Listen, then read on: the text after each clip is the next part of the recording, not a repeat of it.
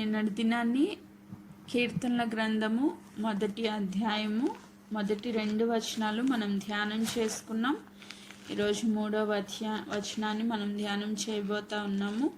ప్రతి ఒక్కళ్ళు ఎలా నిలవబడాలి, ఎలా నడవాలి, ఎలా కూర్చోవాలి అన్నది నిన్నటి దినాన్ని దేవుడు మాట్లాడుతూ వచ్చారు. అలా దేవుని సన్నిధిలో మనం ఉండవలసిన రీతిగా ఉంటూ దేవుని వాక్య ధ్యానంలో దేవుని యొక్క వాక్యానుసారముగా మనం జీవిస్తూ ఉన్నప్పుడు అనుదినం ఆయన యందు ఆనందించడం మనం నేర్చుకున్నప్పుడు ఎట్టి ఆధిక్యత, ఎట్టి ఆశీర్వాదాలు మన జీవితంలో మనం చూస్తాము అన్నది ఈరోజు మనం నేర్చుకోబోతా ఉన్నాం. 1 కీర్తన 1వ అధ్యాయము 3వ వచనాన్ని నేను చదువుతా ఉన్నాను. అతడు నీటి కాలువల యోరన నాటబడినదై ఆకువాడక తన కాలమందు ఫలమిచ్చు చెట్టు వలె ఉండును. అతడు చేయనదంతయు సఫలమగును. అతడు అంటే ఎవరు? అతడు అంటే పైన 2nd verseలో మనం చూసినట్లు, 1వ వచనంలో కూడా మనం చూసినట్లు, దుష్టుల ఆలోచన చొప్పున నడవక, పాపుల మార్గంలో నిలువక, అపహాస్యకులు కూర్చుండు చోటును కూర్చుండక, యెహోవా ధర్మశాస్త్రమునందు ఆనందించుచు దివారాత్రము దాన్ని ధ్యానించువాడు ధన్యుడు.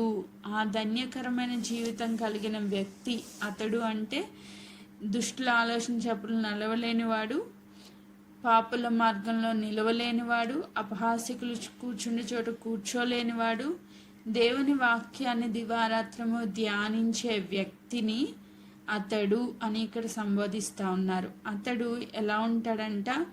నీటి కాలువల యోరన నాటబడినదై ఆకువాడక తన కాలం ముందు ఫలమిచ్చి చెట్టు వలె ఉండును. అతడు చేయనదంతయు సఫలమగును. ఆమేన్. సో 1-2 వచనాలు మనం ధ్యానం చేసాం ఎలా ఉండాలి అన్నది. సో అలా ఉన్న వ్యక్తి యొక్క జీవితంలో అద్భుతమైన ఆశీర్వాదాలు ఎలా పొందుకుంటామో ఈ 3వ వచనంలో దేవుడు మాట్లాడుతూ వస్తున్నారు. నీటి కాలువల యోరన నాటబడిన చెట్టు అంటున్నారు. ఆకువాడక తన కాలం ముందు ఫలమిచ్చి చెట్టు. సో చెట్లు అనేది మనకు అందరికీ తెలుసు. ఒక చెట్టును మనం గనక తీసుకుంటే ఆ చెట్టు ఎదిగి ఫలించాలి అంటే ముఖ్యంగా 2 దానికి అవసరమై ఉన్నాయి. చదువుకున్న ప్రతి ఒక్కరికి జనరల్గా అందరికీ తెలిసిన విషయమే. ఒక చెట్టు ఎదగాలన్నా, ఒక చెట్టు ఫలించాలన్నా 2 విషయాలు దానికి అవసరమై ఉన్నాయి. ఒకటి సన్లైట్, సూర్యరశ్మి అవసరమైంది. సూర్యుని యొక్క వెలుగు దాని మీద పడాలి. రెండోది వాటర్, నీళ్ళు దానికి అవసరమై ఉన్నాయి. నీరు లేకపోయినా చెట్టు చచ్చిపోద్ది, వెలుగు సూర్యరశ్మి లేకపోయినా చెట్టు చచ్చిపోద్ది.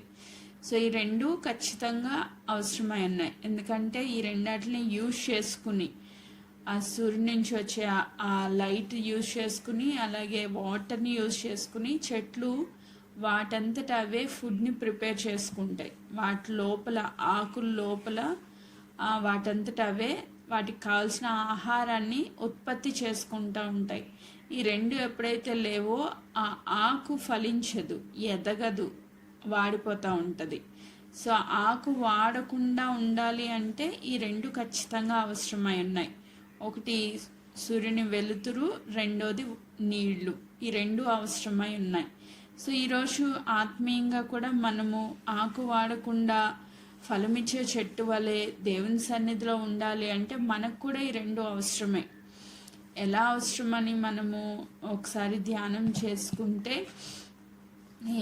యోహాను సువార్త 8వ అధ్యాయంలో యేసుక్రీస్తు ప్రభువారు ఆయన సూటిగా ఆయనే మాట్లాడుతూ చెప్పిన మాట, 8వ అధ్యాయం 12వ వచనం. మరలా యేసు, నేను లోకానికి వెలుగై ఉన్నాను, వెలుగును నన్ను వెంబడించువాడు చీకటిలో నడవక జీవపు వెలుగు కలిగి ఉండనని వారితో చెప్పాను.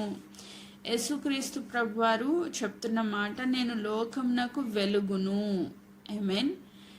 నన్ను వెంబడించువాడు చీకటిలో నడవక జీవపు వెలుగు కలిగి ఉండునని వారితో చెప్పాను. యేసుక్రీస్తు ప్రభువారి లోకానికి వెలుగు. ఈ సర్వ ప్రపంచంలో వెలుగుగా సూర్యుడిని నిర్మించిన దేవుడు, సూర్యుడు లేకపోతే ఈ ప్రపంచంలో వెలుతురు అనేది లేదు. మనము కరెంట్ యూజ్ చేసుకుని లైట్లు తయారు చేసుకున్నాడు మనిషి, కానీ నేచురల్గా దేవుడు మనకిచ్చిన వెలుతురికి సోర్స్ ఏంటి అంటే సూర్యుడు. ఆ సూర్యుడు ఈ లోకానికి ఎలా వెలిగిస్తాడో ఉదయము రాత్రి ప్రతిరోజు జరుగుతుంది అంటే సూర్యుని యొక్క వెలుతురు ద్వారానే క్యాలిక్యులేట్ అవుతుంది. సూర్యుడు ఎలా అయితే లోకానికి వెలుగుగా ఉన్నాడో అలాగే యేసుక్రీస్తు ప్రభువారు ఈ లోకానికి వెలుగుగా వచ్చారు. ఆధ్యాత్మిక వెలుగు, అది శారీరానుసారంగా భూలోకపరంగా చూస్తే సూర్యుని వెలుగు మనకి వెలుతురిస్తూ ఉంది. కానీ ఆధ్యాత్మికంగా చూస్తే, ఆత్మీయంగా చూస్తే యేసుక్రీస్తు ప్రభు మనకి వెలుగుగా ఉన్నారు. ఆమేన్. ఆ వెలుగును వెంబడించేవాడు, ప్రభువుని ఎవరైతే తెలుసుకుంటారో, ప్రభువుని ఎవరైతే వెంబడిస్తారో వారిలో చీకటిలో నడవకుండా జీవపు వెలుగు కలిగి జీవిస్తారు అని ఇక్కడ దేవుని సెలవిస్తూ ఉన్నారు. జీవపు వెలుగు, నార్మల్ వెలుగు కాదు, జీవపు వెలుగు. ఆ వెలుగులోకి ఎవరైతే వచ్చారో చీకటిలో నుంచి, పాపంలో నుంచి పరిశుద్ధులుగా జీవముతో కూడిన వెలుగు కలిగి జీవించగలుగుతారు. ఆమేన్. ఎప్పుడైతే వెలుగు బలముగా ఆ యొక్క మొక్క మీద పడుతుందో, మంచి సన్లైట్ ఉన్న ఏరియాలో ఉన్న మొక్కలు పచ్చగా ఉంటాయి అన్నమాట. ఆ ఆకు ఎప్పుడు వాడిపోదు, పచ్చగా ఉంటుంది. ఎందుకంటే ఆ వెలుతురు నుంచి వస్తున్న, సన్లైట్లోంచి వస్తున్న ఆ జీవాన్ని అది పుంజుకుంటుంది. కాబట్టి ఖచ్చితంగా అది ఆకు వాడని స్థితిలో ఉంటుంది. ఎవరైతే యేసుక్రీస్తు ప్రభు జీవపు వెలుగు కలిగి జీవిస్తారో వాళ్ళ లోకంలో వాడిపోయే మొక్కల్లా కాకుండా, ఎండిపోయే మొక్కల్లా కాకుండా ఎప్పుడూ జీవము కలిగి పచ్చగా ఉంటారు. ఐ అందుకే యెషయా భక్తుడు చెప్తారు, 60వ అధ్యాయము, యెషయా గ్రంథము 60వ అధ్యాయంలో మొదటి వచనం నేను చదువుతా ఉన్నాను. మొదటి 5 వచనాలు కూడా మనం చదువుకుందాం. నీకు వెలుగు వచ్చి ఉన్నది, లెమ్ము తేజరిల్లుము, యెహోవా మహిమ నీ మీద ఉదయించెను. ఎవరికైతే ఈ వెలుగు వస్తుందో, ఎవరైతే యేసుక్రీస్తు ప్రభు నామందు విశ్వాసం ఉంచి ఆయన వెంబడిస్తారో వాళ్ళ మీద ఏమొస్తుందంట? యెహోవా మహిమ ఉదయిస్తుందంట. ఆయన మహిమతో వారి మీద ఉదయిస్తారు. అంటే ఆ వెలుగు వచ్చి వీళ్ళ మీద పడుతుంది అనమాట. ఇప్పుడు చంద్రుడు స్వయం ప్రకాశి కాదు, సూర్యుడి నుంచి వచ్చే ఆ లైట్ తీసుకుని చంద్రుడు వెలుగుతూ ఉంటాడు. ప్రతి విశ్వాసి కూడా చంద్రుడి వలె, యేసుక్రీస్తు ప్రభు ఒక సూర్యుని వలె మనం చూసుకుంటే, సూర్యుడి నుంచి వచ్చే వెలుతురు తీసుకుని చంద్రుడు ఎలా అయితే నైట్ వెలుగుతూ ఉన్నాడో, చీకట్లో వెలుగుతూ ఉన్నాడో, అట్టి రీతిగా మనము కూడా యేసుక్రీస్తు ప్రభు నుంచి వచ్చే ఆ వెలుతురు తీసుకుని ఈ లోకంలో విశ్వాసి ఒక చంద్రుడి వలె, చీకట్లో చంద్రుడు ఎలా ప్రకాశిస్తున్నారో అలాగే ఈ అంధకారంలో ఉన్న ఈ లోకంలో మనం ఒక వెలుగుగా ఎలగాలి. మనం ఈ లోకానికి వెలుగై ఉన్నాము. ఆమేన్. ఆ మహిమ ఎప్పుడైతే మన మీద ఉదయిస్తుందో ఈ లోకంలో మనం దేవుని కొరకు గొప్ప బలమైన సాక్షిగా వెలుగుతాం. ఆమేన్. అందుకే 2వ వచనంలో అంటారు, చూడుము భూమిని చీకటి కమ్ముచున్నది, కటిక చీకటి జలములను కమ్ముచున్నది, యెహోవా నీ మీద ఉదయించి ఉన్నాడు, ఆయన మహిమ నీ మీద కనబడుచున్నది. ఈ లోకమంతా చీకటిలో ఉంది, కట్టిక చీకటి, మామూలు చీకటి కాదు, కట్టిక చీకటి జనాలను కమ్ముతా ఉంది. బట్ నువ్వు మాత్రం వెలుగుతా ఉన్నావు. ఆమేన్. ఇశ్రాయేలు ప్రజల జీవితంలో కూడా ఇది మనం చూస్తాం. వారు ఐగుప్తులో ఉన్నప్పుడు 10 అద్భుతాల్లో ఒక అద్భుతం, ఆ గాఢ అంధకారమైన చీకటి అలుముకుందంట. వాళ్ళు కూర్చున్న చోటు నుంచి లేవలేనంత భయంకరమైన చీకటిలోకి వెళ్ళిపోయారు. కానీ గోషెన్లో మాత్రం వెలుతురుంది, దేవుని బిడ్డల దగ్గర మాత్రం వెలుగుంది. అది యేసుక్రీస్తు ప్రభువుని యొక్క వెలుగు, దేవుని యొక్క వెలుగు, అది అక్కడ ప్రకాశించింది.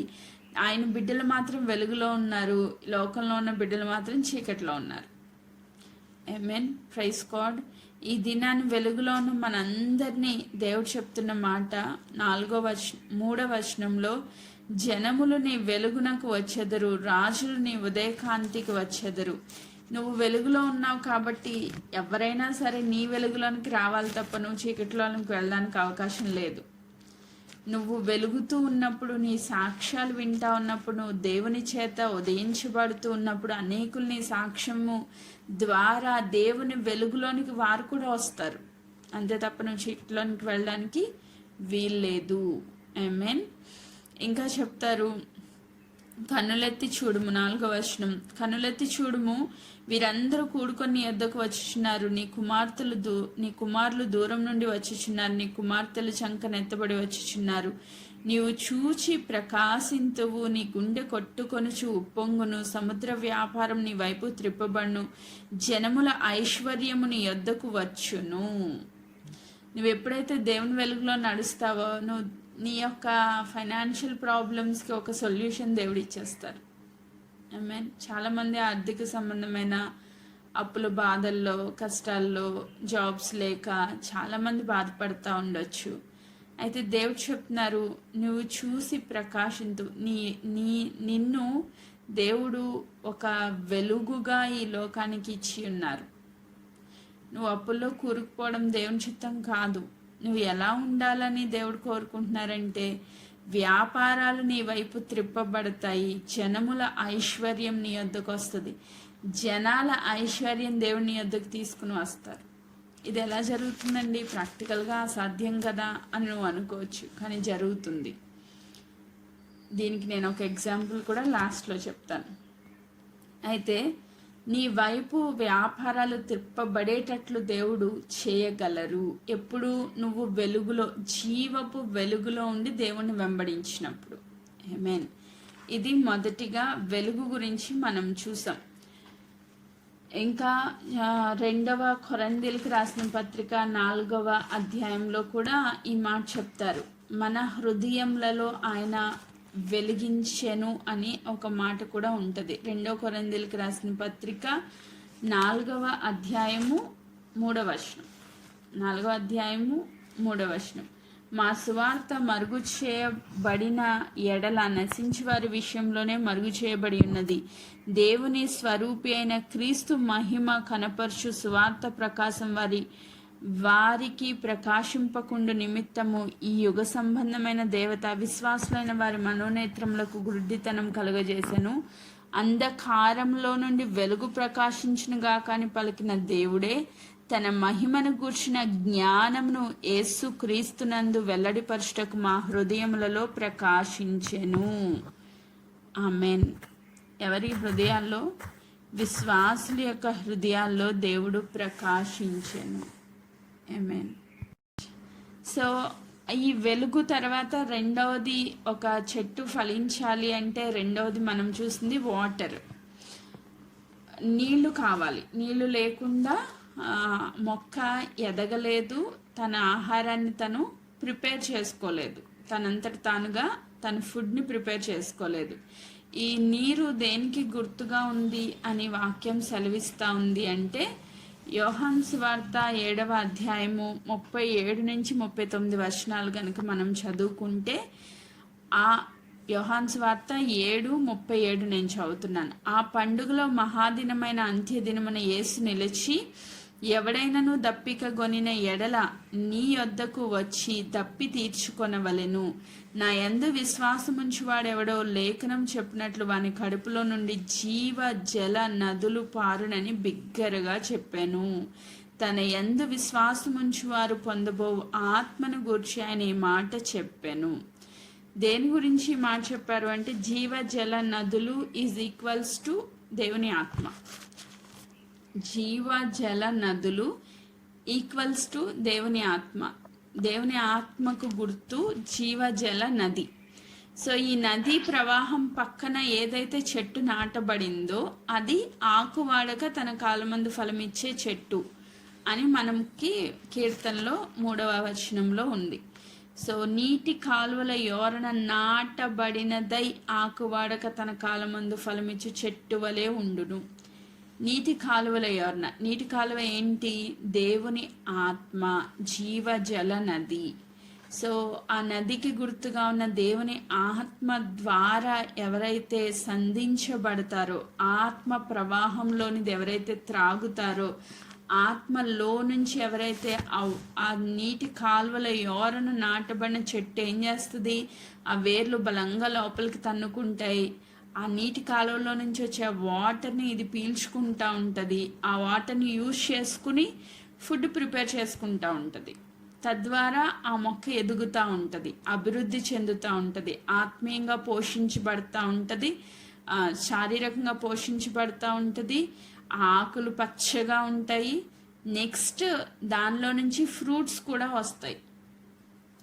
ఐ మీన్ ఒక మొక్క బాగా ఎదిగింది అనడానికి, ఇది ఫలించింది అనడానికి గుర్తు ఏంటంటే ఫ్రూట్. ఆ ఫ్రూట్ లేకపోతే ఇది ఫలించింది అని ఎవరికి తెలీదు కదా. మొక్కను చూసినప్పుడు ఇది సక్సెస్ అయింది, విజయం సాధించింది అని ఎలా చెప్తాం మనం? ఒక మామిడి మొక్క వేసామండి మన దొడ్లో, ఆ మొక్క ఎదిగింది, చిన్న మొక్కగా ఉన్నప్పటి నుంచి చక్కగా నీళ్లు పోస్తూ ఉన్నాం, మంచి సన్లైట్ ఉంది దానికి, అది బాగా ఎదిగింది, పెద్దదైంది, వృక్షం అయిపోయింది. ఇప్పుడు ఆ వృక్షం వల్ల మనకి ఏంటి యూజ్? ఇంత కష్టపడి చిన్నప్పటి నుంచి దాన్ని పెంచడం వల్ల దానివల్ల మనకి ఏంటి యూజ్ అంటే, అది మంచిగా ఆ మామిడి పళ్ళు కాసింది అనుకోండి, దాని కాలంలో అది మామిడి పళ్ళు మంచిగా కాసింది అనుకోండి, అవి టేస్టీగా ఉన్నాయనుకోండి, ఆ ఫలాలు తిన్నప్పుడు మనకి చాలా సంతృప్తిగా ఉంటుంది. ఈ కష్టం అంతా చిన్నప్పటి నుంచి దానికి చుట్టూ తవ్వి ఎరువు వేసి నీరు పోసి దాన్ని పెంచి ఇన్ని సంవత్సరాలు పెంచినందుకు గుర్తుగా కృతజ్ఞతగా అది మనకి ఇచ్చేది ఏంటి అంటే ఫ్రూట్, ఫలము, ఆ మామిడి పళ్ళు. అవి తిన్నప్పుడు మనం చాలా సంతోషిస్తాం. అబ్బా, ఈ చెట్టును పెంచడం వల్ల నాకు ఇంత యూజ్ అయింది, ఇప్పుడు చక్కగా ఫలాలు నేను అనుభవించగలుగుతున్నాను అని మనం ఎంతో సంతోషిస్తాం. అలాగే దేవుని ఆత్మ ద్వారా సంధించబడిన బిడ్డలు, పరిశుద్ధాత్మ చేత నింపబడిన బిడ్డలు ఆత్మ ఫలాన్ని ఫలించాలి. ఎప్పుడైతే ఆ ఎదుగుతామో, మనం దేవునిలో ఎదుగుతామో, దేవుని వాక్యము చేత ఆయన వెలుగులో ఎదుగుతా వస్తామో, అభివృద్ధి చెందుతా వస్తామో, మన ఆత్మీయ పరిపక్వతకి గుర్తు ఏంటి అంటే పరిశుద్ధాత్మ ఫలం. ఆ ఫలం ఎప్పుడైతే మనం ఫలిస్తామో, దేవుడు ఆ ఫలాన్ని చూసి ఆ ఫలాన్ని కోసుకుని అనేకులు ఆ ఫలాన్ని తింటూ ఉన్నప్పుడు, అంటే ఫర్ ఎగ్జాంపుల్ మనం ప్రేమ అనే ఫలాన్ని మంచిగా ఫలిస్తూ ఉన్నాం, ఎవరితో అయినా మనం ప్రేమగానే ఉంటా ఉన్నాం. ఆ ప్రేమను చూసినప్పుడు అనేకులు అనుకుంటారు, ఈమె ఇదివరకు ఇలా లేదు, గయ్యాలిగా, గొడవలు పెట్టేదానిగా, కోపిస్టిగా ఇట్లా ఉండేది, కానీ ఇప్పుడు ఎంత ప్రేమగా మాట్లాడుతుంది, దీనికి మూలం ఏంటి అని వాళ్ళు ఆలోచన చేసినప్పుడు ఈమె దేవుని ఆత్మ చేత నింపబడిన బిడ్డ, దేవుని బిడ్డ అని గుర్తించినప్పుడు వాళ్ళు కూడా దేవుని తట్టు తిప్పబడ్డారనుకోండి, ఆ ఆత్మ రక్షణలోనికి వస్తే అది దేవునికి ఇష్టమైన ఫ్రూట్.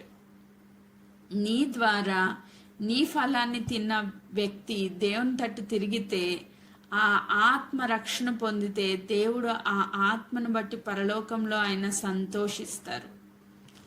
ఆమేన్, ప్రైజ్ గాడ్.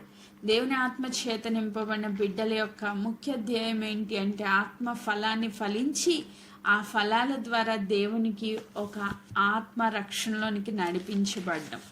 అందుకే యెషయా భక్తుడు రాస్తూ అంటారు, యెషయా గ్రంథము 61వ అధ్యాయము మొదటి 3 వచనాలు నేను చదువుతున్నాను. యెషయా గ్రంథము 61వ అధ్యాయము మొదటి 3 వచనాలు.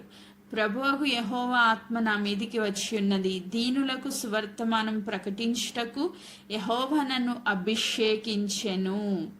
సో ఎందుకు ఆత్మాభిషేకం అవసరము అంటే దీనులకు సువర్తమానం ప్రకటించడానికి, సువార్త ప్రకటించడానికి దేవుని ఆత్మాభిషేకం అవసరమైనది. ఆత్మాభిషేకం ఉంటేనే ఆత్మఫలాన్ని మనం ఫలిస్తాం. ఆత్మఫలాన్ని ఫలిస్తేనే సువార్తను మనం ప్రకటించగలుగుతాం. మన ప్రవర్తన ద్వారా, మన మాటల ద్వారా, మన క్రియల ద్వారా, మన సాక్ష్యాల ద్వారా సువార్త ప్రకటించగలుగుతాం. అలా ప్రకటించుటకే దేవునిను అభిషేకిస్తారు. ఆమేన్. నలిగిన హృదయము గల వారిని దృఢపరచుటకును, చెరలోనున్న వారికి విడుదలను, బంధింపబడిన వారికి విముక్తిని ప్రకటించుటకును, యెహోవా హితవత్సరమును మన దేవుని ప్రతిదండన దినమును ప్రకటించుటకును, దుఃఖాక్రాంతులందరినీ ఓదార్చుటకును, సియోనులో దుఃఖించు వారికి ఉల్లాస వస్త్రము ధరింపజేయుటకును, బూడిదకు ప్రతిగా పూదండను, దుఃఖమునకు ప్రతిగా ఆనంద తైలమును, భారభరితమైన ఆత్మకు ప్రతిగా స్తుతి వస్త్రమును వారికిచ్చుటకు ఆయన నన్ను పంపియున్నాడు. యెహోవా తన్ను మహిమపరుచుకున్నట్లు నీతి అను మస్తకి వృక్షములని, యెహోవా నాటిన చెట్లని వారికి పేరు పెట్టబడెను. సో లాస్ట్ 2 వర్స్ చూడండి. నీతి అను మస్తకి వృక్షములనియు, యెహోవా నాటిన చెట్లనియు వారికి పేరు పెట్టబడి. ఎవరికి పేరు పెట్టబడుతుంది? దేవుని ఆత్మ చేత నింపబడిన వ్యక్తులకు. నీతి అనే మస్తకి వృక్షములని పేర్లు పెడతారంట. వృక్షాలంటే ఫలాలు ఇచ్చేవి. చెట్లు అంటే చిన్నగా ఉన్నప్పుడు మొక్కలు అంటాం, కొంచెం ఎదగాక చెట్లు అంటాం. ఇంకా అవి స్థిరపరచబడిపోతే కొన్ని సంవత్సరాలు, 100 సంవత్సరాలు బ్రతికే వాటిని వృక్షాలు అంటాం.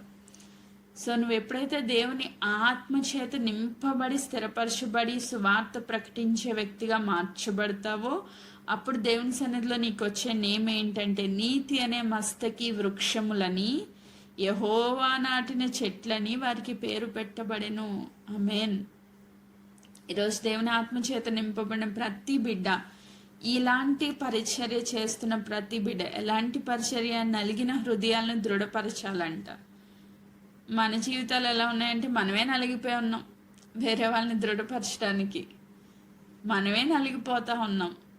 మనము దేవుని ఆత్మ చేత నింపబడి మనము రిలాక్స్ అయితే దేవుని ఆత్మ ద్వారా మనము కృంగిపోకుండా, నలిగిపోకుండా, విసిగిపోకుండా దేవుని సన్నిధిలో ఆయన ఆత్మచేత ఆనందించే వ్యక్తులుగా, ఆయన వాక్యంలో ఆనందించే వ్యక్తులుగా, ధ్యానించే వ్యక్తులుగా ఉంటే ఎదుటి వాళ్ళకి చెప్పగలుగుతాం. ఫస్ట్ మనలో సంపూర్ణత లేకుండా మనం ఎవ్వరికి చెప్పలేం. నా జీవితాలు ఎలా ఉండాలి అంటే ఎదుటివానికి స్వార్థ ప్రకటించేదిగా ఉండాలి. ఇంకా మనలోనే సంపూర్ణత లేకపోతే, మనమే ఆత్మచేత నింపబడకపోతే, మనమే ఆత్మ ఫలాన్ని ఫలించకపోతే మనం ఎవరికి ప్రకటిస్తాం? ఈరోజు దేవుని మాట సెలవిస్తుంది, దివారాత్రం ఆయన వాక్యాన్ని ధ్యానించి ఆనందించే వ్యక్తి ఖచ్చితంగా ఫలించే చెట్టులాగా ఉంటాడు. ఆమేన్. వాక్యం మీద ఆధారపడి ఏ వ్యక్తి అయినా జీవితంలో ఆత్మ ఫలింపులో ఉంటారు. అలా ఫలించిన వ్యక్తి యొక్క అంటే ఫలిస్తున్నాము అనడానికి గుర్తు ఏంటి అంటే నీ ద్వారా ఒక ఆత్మరక్షణ పొందాలి. నీ మాటలు, నీ ప్రవర్తన, నీ చూపులు, నీ పరిశుద్ధ జీవితము ద్వారా నువ్వు కూడా దేవుని సన్నిధిలో అద్భుతంగా వాడబడతావు. దేవుడు వాడుకుంటారు. అట్టి ప్రజల ద్వారా దేవుడు అనేక ఫలాల్ని, అనేక ఆత్మల్ని పంట కోసుకోవాలని దేవుడు ఆశపడుతున్నారు. ఈరోజు నువ్వు ఫలించే చెట్లా ఉన్నావా? ఎండిపోయిన చెట్లా ఉన్నావా? వాడిపోయిన చెట్లా ఉన్నావా? ఎలా ఉన్నావు? నీ జీవితం ఎలా ఉంది? నీతి అనే మస్తకి వృక్షాలని దేవుడు మనకి పేర్లు పెట్టాలని ఆశపడుతున్నారు. అట్టి యోగ్యత మనకుందా? అట్టి అర్హతలో మనము ఉన్నామా? ఒకసారి ఆలోచించేయండి. నువ్వు నిజంగా దేవుని వాక్యాన్ని యందు ఆనందించే బిడ్డవైతే, దివారాత్రము దాన్ని ధ్యానించే బిడ్డవైతే, దుష్టులు ఆలోచించేప్పుడు నడవకుండా, పాపుల మార్గంను నిలవకుండా, అపహాస్యులు కూర్చుని చోటు కూర్చుండకుండా, దేవుని వాక్యం మీదే నువ్వు ధ్యానం పెట్టి దేవునిలో నువ్వు ఎదుగుతూ ఫలిస్తున్న చెట్టువైతే ఖచ్చితంగా నీలో నుంచి ఫలాలు వస్తాయి. ఆ ఫలాలు వచ్చిన బిడ్డ జీవితం ఎలా ఉంటుందంట? ఫైనల్గా అతడు చేయనదంతయు సఫలమగును. ఆమేన్. అతడు చేయనదంతయు అంటే ఒక్కటి కూడా ఫెయిల్యూర్ ఉండదు, అంతా సక్సెసే. ఈ దినాన్ని మన జీవితాల్లో ఎక్కడ చూసినా అపజయాలే కనబడుతున్నాయంటే దానికి మూలం ఏంటి అంటే ఆత్మలో ఫలించకపోవడం, ఆత్మ ఫలాలను ఫలించకపోవడం, దేవుని వాక్యంలో స్థిరంగా నిలవబడలేకపోవడం, ఎక్కడో దుష్టులతోనో లేకపోతే పాపులతోనో అపహాసికులతోనో ఏకీభవిస్తూ ఉన్నాం. దేవుడు చెప్పిన స్టాండర్డ్స్లో మన జీవితం లేదు కాబట్టే మనం చేసే దాంట్లో సఫలీకృతం అవ్వడం లేదు, మన పనులు సఫలీకృతం అవ్వడం లేదు. సో ఈరోజు దేవుడు చెప్తున్నారు, అతడు చేయనదంతయు సఫలమగును. మత్తయి సువార్త 13వ అధ్యాయంలో విత్తువాని విత్తనం గురించిన ఉపమానంలో మనం చూస్తే, మత్తయి సువార్త 13వ అధ్యాయము 23వ వచనాన్ని నేను చదువుతా ఉన్నా. 13:23. మంచి నేలన విత్తబడిన వాడు వాక్యము విని గ్రహించువాడు. మంచి నేలన విత్తబడినవాడు, దేవుని వాక్యము మంచి నేలన అంటే మంచి హృదయంలో కనుక దేవుని వాక్యం విత్తబడితే ఆ వాక్యం ఏమవుతుందంట, ఆ వాక్యాన్ని విని గ్రహించిన వ్యక్తి అట్టివాడు సఫలులై, అట్టి వ్యక్తి ఎలా ఉంటాడంటే సఫలీకృతం చేయబడతాడు. అంటే తను చేసే ప్రతి పని సక్సెస్ని చూస్తుంది అనమాట. సఫలులై ఒకడు 100 ఒకడు 60 ఒకడు 30 ఫలించును. ఆమేన్.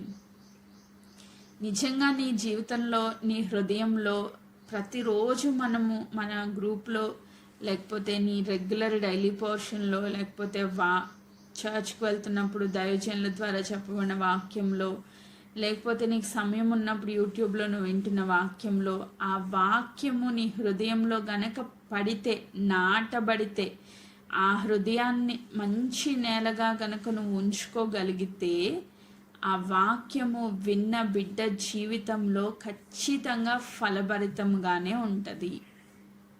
మీన్ ఒకళ్ళు 30 ఒకళ్ళు 60 ఒకళ్ళు 100. అంటే ఒకళ్ళ వాక్యంలో కొంచెం ఫలించవచ్చు, ఒకళ్ళ వాక్యంలో కొంచెం ఎక్కువ ఫలించవచ్చు, ఒకళ్ళ వాక్యంలో సమృద్ధిగా ఫలించవచ్చు. బట్ ఫలింపు అయితే ఖచ్చితంగా ఉంటుంది. మీన్ నువ్వు నిజంగా మార్పు చెందితే, నువ్వు నిజంగా వాక్యం వింటున్నావు అయితే, నువ్వు నిజంగా వాక్యంలో స్థిరపరచబడిన వ్యక్తివైతే, వాక్యానుసారంగా జీవించే వ్యక్తివైతే నీ జీవితం ఖచ్చితంగా ఫలభరితంగానే ఉంటుంది. నువ్వు ఎప్పుడూ ఎండిపోవు, నువ్వు ఎప్పుడూ వాడిపోవు, నువ్వు ఎప్పుడూ కృషించిపోవు, కృంగిపోవు. సో ఈ దినాన్ని సఫలీకృతమైన ఆత్మీయ జీవితాన్ని నువ్వు నీ జీవితంలో కలిగి ఉంటే ఆత్మీయంగానే కాదు, శారీరకంగా కూడా దేవుడు నిన్ను వర్ధిల్లింప చేస్తారు. ఆమేన్. దీనికి ఒక బెస్ట్ ఎగ్జాంపుల్ ఏంటంటే ఆదికాండము 39వ అధ్యాయము. మనందరికీ తెలిసిన మాటే, ఒకసారి జ్ఞాపకం చేసుకున్నాం. ఆదికాండం 39వ అధ్యాయము 3వ వచనం నేను చదువుతా ఉన్నా. 39:3. యెహోవా అతనికి తోడై ఉండెననియు అతడు చేయనదంతయు అతని చేతిలో యెహోవా సఫలము చేసెననియు అతని యజమానుడు చూచినప్పుడు యోసేపు మీద అతనికి కటాక్షము కలిగెను గనుక అతని యొద్ద పరిచర్య చేయవాడాయెను. మరియు అతడు తన ఇంటి మీద విచారణకర్తగా అతన్ని నియమించి తనకు కలిగినదంతయు అతని చేతికి అప్పగించెను. ఆమేన్. ఇది యోసేపు గురించి రాయబడిన మాట. పోతీఫర్ ఎలా యెహోవా దేవుడు యోసేపుకు తోడై ఉన్నాడని తన యజమానుడు గుర్తించాడంట. పోతీఫర్ చూసినప్పుడు ఆ యోసేపు ఎలా కనబడుతున్నాడంటే అతని చేతిలో ఏ పని పెట్టినా అదంతా సఫలీకృతమే అవుతా ఉందంట. ఏ పని చెప్పినా సక్సెసే, ఫెయిల్యూర్ అనేది లేదు. ఒక పనివాడు చేసే పని సక్సెస్ అవుతుంది అంటే యజమానుడికి ఎంత సంతోషం. అమ్మ మ్యూట్ చేయండి. ఒక పనివాడికి, పోతీఫర్ ఇంట్లో ఎవరు, యోసేపు ఎలా వచ్చాడంటే ఒక దాసుడిగా వచ్చాడు, ఒక దాసుడిగా, ఒక పనివాడిగా వచ్చాడు. ఇప్పుడు పనులకి ఏం చెప్తాం? చిన్న చిన్న పనులు చెప్తాం. ఏ పని చెప్పినా అది విజయంతో సఫలీకృతం చేసుకుని వస్తూ ఉన్నాడంట. అలా వస్తున్నప్పుడు అతన్ని చూసినప్పుడు, అమ్మ ఎవరో మ్యూట్ తీశారు, మ్యూట్ చేసేయండి. సో అతన్ని చూసినప్పుడు ఆయనకి ఏమనిపించిందంటే, 3వ వచనం మళ్ళీ ఒకసారి చదువుతున్నాను. యెహోవా అతనికి తోడై ఉండెననియు అతడు చేయనదంతయు అతని చేతిలో యెహోవా సఫలం చేసిననియు అతని యజమానుడు చూచినప్పుడు. నేను చూస్తున్నప్పుడు నీ చుట్టూ ఉన్న ప్రజలకు ఏం తెలియాలి? దేవుడు నీ చేతిలో ఉన్న ప్రతి పని సఫలీకృతం చేసినారని ఎదుటివాడు గుర్తించాలి. పెద్ద పెద్ద పనులేం చేయట్లా యోసేపు. పనివాడిగా చిన్ని చిన్ని పనులు, యజమానుడు చెప్పిన పనులు నమ్మకంగా చేస్తున్నాడు. చేస్తూ ఉన్నప్పుడు ఈయన చేతిలో ఉన్న పనులన్నీ సఫలమైపోతున్నాయంట. ఏది చూసినా సక్సెసే. అప్పుడు ఆయన గుర్తించిన వ్యక్తిగా ఆ యజమానుడు ఏం చేశారంటే తనకు కలిగిన సమస్తం మీద ఒక యజమానిగా అతన్ని నియమించారు. దాసుడి పొజిషన్ నుంచి ఆ గృహం అంతటి మీద అధికారిగా నియమించబడ్డాడు. ఆమేన్. అంటే ఒక పనోడు తీసుకెళ్ళి ఒక మేనేజర్గా లేకపోతే ఇంటి పైన ఆ విచారణకర్తగా నియమించడం అంటే ఎంత నమ్మకం ఉంటే ఆ స్టేజ్కి తీసుకెళ్తాడు పోతీఫరు. ఒక పనోడిని తీసుకొచ్చి జనరల్ మేనేజర్ పొజిషన్ ఇచ్చి నీ ఇంటికున్న నీ ఆస్తి అంతా ఆయన చేతిలో పెట్టి నువ్వు సమస్తం చూసుకో అనడానికి ఎంత నమ్మకం కావాలి. ఆ నమ్మకం ఆయనకి ఎలా వచ్చిందంటే దేవుడు ఇతనికి తోడై ఉన్నాడు అని గుర్తించాడంట యజమాని. సో ఈరోజు మనల్ని కూడా మనం చేసే పనుల్లో మనల్ని దేవుడు దీవించాలి అంటే మొదటిగా దివారాత్రం ఆయన వాక్యంను ధ్యానం చేసే వ్యక్తులుగా ఉండాలి. అంటే ఆయన వాక్యం మన హృదయంలో ఫలించాలి. అప్పుడు యోసేపు దేవుడు ఎందుకు తోడై ఉన్నాడు, యోసేపు దేవుడిచ్చిన కలలను నమ్మాడు, దేవుని చిత్తంలో ఆయన స్థిరపరచబడ్డాడు. కష్టం వచ్చింది, అన్నలు అమ్మేశారు, చాలా బాధలు వచ్చినాయి, తండ్రికి దూరం అయిపోయాడు, ఇప్పుడు ఒక దాసుడిగా మార్చబడ్డాడు. ఒక మంచి ప్రియమైన కుమారుడి పొజిషన్లోంచి ఒక దాసుడి పొజిషన్లోనికి వచ్చేసాడు. అయినా దేవుని మీద ఆయన సనుక్కోలేదు, దేవుని చిత్తానికి అప్పగించుకున్నాడు. దేవుని సన్నిధిలో ఎల్లప్పుడూ భయభక్తులు కలిగి జీవించాడు. తద్వారా తన జీవితంలో ఒక దాసుని పొజిషన్ నుంచి విచారణకర్త పొజిషన్కి వచ్చాడు. నెక్స్ట్ మనం 23rd verse చదివితే 23వ వచనం చదివితే యెహోవా అతనికి తోడైండెను గనుక ఆ చెరసాల అధిపతి అతని చేతికి అప్పగింపబడిన దేనిని గూర్చియు విచారణ చేయక ఉండెను. అతడు చేయనది యావత్తు యెహోవా సఫలం చేసెను. జైల్లో ఉన్నా కూడా అధికార పొజిషనే, పోతీఫర్ ఇంట్లో ఉన్నా కూడా అధికార పొజిషనే. ఎందుకు వాళ్ళు అధికారం ఇస్తున్నారు అంటే అతడు చేయనది యావత్తు యెహోవా సఫలం చేసెను. ఇక్కడ మూలం ఏంటంటే దేవుని యొక్క ఆశీర్వాదం. ఆ చేతులతో ఏ పని చేసినా సక్సెస్ ఇస్తున్నారంట దేవుడు. ఈరోజు మనం సక్సెస్ కోసం తెగనెతుక్కుంటూ ఉంటాం ఈ లోకంలో ఎక్కడ మనకి సక్సెస్ దొరకాలన్నా దేవుడు దాన్ని సఫలీకృతం చేస్తే తప్ప, నువ్వు చేసే ప్రతి పనిలో దేవుడు ఆశీర్వాదం ఉంటే తప్ప నువ్వు సక్సెస్ చూడలేవు. అలా ఆశీర్వాదం పొందుకోవాలి అంటే మొదటి కీర్తనలో చెప్పబడిన 3 మాటలు మన జీవితంలో నెరవేర్చబడాలి. ఆమేన్. మొదటి 3 వచనాలు మనం పర్ఫెక్ట్గా ఫాలో అయితే ఇప్పుడు యోసేపు జీవితంలో ఎక్కడికి వెళ్ళిపోయారు? ప్రధానమంత్రి పొజిషన్కి వెళ్ళిపోయారు, ప్రధాని పొజిషన్కి వెళ్ళిపోయారు.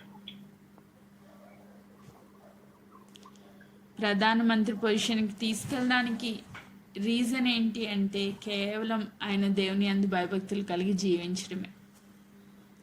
ఈరోజు నువ్వు నమ్మకంగా దేవుని సన్నిధిలో ఆయన యందు భయభక్తులు కలిగి ఆయన జీవపు వెలుగులో దేవుని ఆత్మ చేత నింపబడి నిజముగా నువ్వు జీవిస్తే నువ్వు చేసేదంతా దేవుడు సఫలీకృతం చేస్తారు. ఖచ్చితంగా ఈ లోకపరంగా నువ్వు ఆశీర్వదించబడతావు. ఇందాక మనం చదువుకున్నాం కదా, యెషయా గ్రంథము 60వ అధ్యాయంలో జనముల ఐశ్వర్యం నీ వద్దకు వస్తుందంటే యోసేపు ఒక ప్రధాని అయిన తర్వాత ఆయన చేతి దగ్గరికి ఆ ఐగుప్తు దేశంలో ఉన్న ఆ ధనమంతా వచ్చేసిందంట, ఆ ధాన్యం అంతా వచ్చేసిందంట. ఎలా వస్తుందండి మన చేతికి? ఈ లోకంలో ఉన్న సొమ్మంతా మన చేతికి వచ్చేస్తుందా? వస్తుంది. దేవుడు ఇవ్వాలి అనుకుంటే ఇస్తారు, ఆయనకు అసాధ్యమైనది ఏది లేదు. యోసేపు జీవితమే దానికి మనకి సాక్ష్యం. జనముల ఐశ్వర్యం నీ వద్దకు వచ్చును, సముద్ర వ్యాపారం నీ వైపు త్రిప్పబడును. వ్యాపారాలే నీ వైపు త్రిప్పుతారంట దేవుడు. ఇది దేవునికి అసాధ్యమా? అసాధ్యమైతే కాదు, సాధ్యమే. ఈరోజు నువ్వు నిజంగా నమ్మితే, దేవుని వాక్యంలో పర్ఫెక్ట్గా నువ్వు ఫాలో అవ్వగలిగితే, వాక్యంలో ధ్యానం చేసిన ప్రతి మాట నీ హృదయంలో ఫలింపులోనికి వస్తే దేవుడు నిన్ను ఆశీర్వదిస్తారు.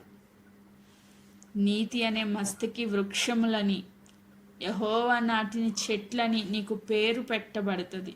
ఆమేన్. దేవుని సన్నిధిలో నువ్వు అద్భుతమైన ఆశీర్వాదాలు చూస్తావు. ఈరోజు ఆశీర్వదించబడలేకపోవడానికి ముఖ్య కారణం ఏంటంటే దేవుని వాక్యం మన హృదయంలో సరైన రీతిలో ఫలింపు లేకపోవడం. అలా ఫలించే ప్రతి వ్యక్తి జీవితంలో అద్భుతమైన ఆశీర్వాదాలు, శారీరకంగా, ఆత్మీయంగా, మానసికంగా వర్ధిల్లే వ్యక్తిగా ఉంటారు. అట్టి కృపను ఇక్కడున్న మనందరికీ దేవుడు అనుగ్రహించునుగాక. దేవుడి వాక్య భాగాన్ని దీవించునుగాక. ఆమేన్.